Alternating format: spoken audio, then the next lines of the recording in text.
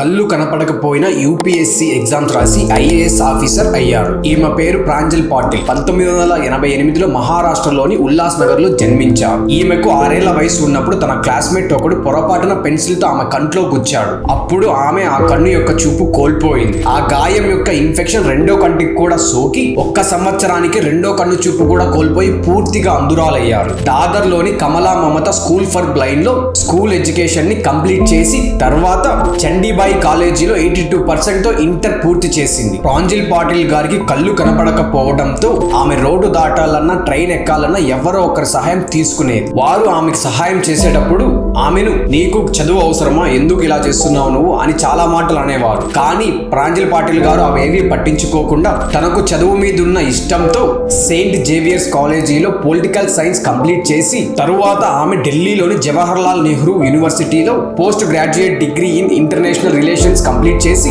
ఆ తర్వాత పిహెచ్డి మరియు ఎంపీలను అభ్యసించారు. అదే సమయంలో యూపీఎస్సీ ఎగ్జామ్స్ కు ప్రిపేర్ అయ్యేవారు. 2 సార్లు యూపీఎస్సీ ఎగ్జామ్స్ రాసి 2 సార్లు ర్యాంక్ సాధించారు. అయితే 2016లో యూపీఎస్సీ ఫస్ట్ అటెంప్ట్ లోనే ఆల్ ఇండియా 773 ర్యాంక్ సాధించింది. ఈ ర్యాంక్ ఆధారంగా ఇండియన్ రైల్వేస్ లో అకౌంట్ సర్వీసెస్ లో ఉద్యోగం రావాలి. కానీ ఆమెకు కళ్ళు కనపడకపోవడంతో ఆ ఉద్యోగం రాలేదు. అంతటితో ఆగిపోకుండా నా అసలు టార్గెట్ ఇది కాదు, మీరు ఈ ఉద్యోగాన్ని నాకు ఇవ్వక్కర్లేదు అని మళ్ళీ ఎగ్జామ్స్ కి ప్రిపేర్ అయ్యి యూపీఎస్సీ సెకండ్ అటెంప్ట్ లో ఆల్ ఇండియా 124 ర్యాంక్ సాధించి ఐఏఎస్ ఆఫీసర్ అయ్యారు. తర్వాత 2018లో కేరళలోని ఎర్నాకులంలో అసిస్టెంట్ కలెక్టర్ గా తన ఐఏఎస్ కెరీర్ ని ప్రారంభించింది. తర్వాత తిరువనంతపురం కలెక్టర్ గా మరియు ఎర్నాకులం జిల్లా మెజిస్ట్రేట్ గా పనిచేశారు. కళ్ళు కనపడకపోయిన ప్రాంజల్ పాటిల్ గారు ఇంత విజయాన్ని సాధించారంటే నిజంగా ఆమెకు హ్యాట్స్ ఆఫ్. Do subscribe.